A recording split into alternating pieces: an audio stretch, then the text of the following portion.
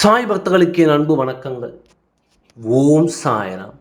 என் அன்பு குழந்தையே, ஒருவரின் வாழ்வை கெடுத்து தன் வாழ்க்கையை இங்கே சுகமாக்கிக் கொள்ள நினைப்பது அதிக பேராக மாறிவிட்டார்கள். தன் வாழ்க்கையை சரி செய்யாமல் தன்னுடைய வாழ்க்கையை விட்டுவிட்டு அடுத்தவரின் வாழ்க்கைக்கு ஆசைப்பட்டு அடுத்தவரை அழவைத்து அவர்களின் துன்பத்திற்கு ஆளாகி அதில் சந்தோஷம் காணும் நபர்கள் இங்கே அதிக பேர் இருக்கிறார்கள். இப்படிப்பட்ட சூழ்நிலையில் வாழ்ந்து கொண்டிருக்கும் அவரவர் வாழ்க்கையை காப்பாற்றிக் கொள்ளுங்கள் என்று இன்றும் விளையாட்டுத்தனமாக இருந்தும் உன் வாழ்வை நீ கெடுத்து வருகிறாய் என்று தான் நான் சொல்வேன். இரண்டும் அவர்கள் மீது இருக்கும் அக்கறையிலும் அவர்கள் மீது இருக்கும் பாசத்திலும் நீ உண்மையை நீயே மறைத்து வைத்துக் கொள்கிறாய். இதுதான் உண்மை, இவர்கள் இப்படித்தான் என்று தெரிந்தும் நீ அதை ஏற்க மறுத்துவிட்டு உறவுகள் பெரிதென நினைத்து உன் வாழ்க்கையை இழந்து வருகிறாய்.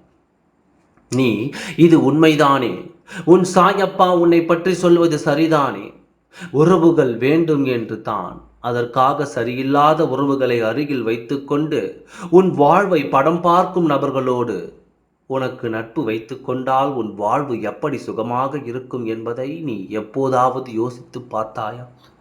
கெட்டவர்கள் 4 பேர் உன்னை சுற்றி இருப்பதை விட நல்லவர்கள் எவரேனும் ஒருவர் உன் அருகில் இருந்தால் போதும்.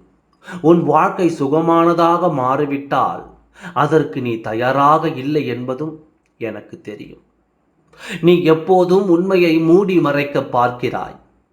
சரியில்லாதவர்கள் என்பதை தெரிந்தும் வெளியில் சொல்ல வேண்டும் என்று அந்த உறவோடு ஒட்டி உறவாடும் பொழுது உன் வாழ்க்கைதான் பழிப்போகும் என்பதை நீ உணர்ந்து கொள். வாழ்க்கைக்கு மீறிய எந்த உறவும் எதை உறுதி செய்து கொள்.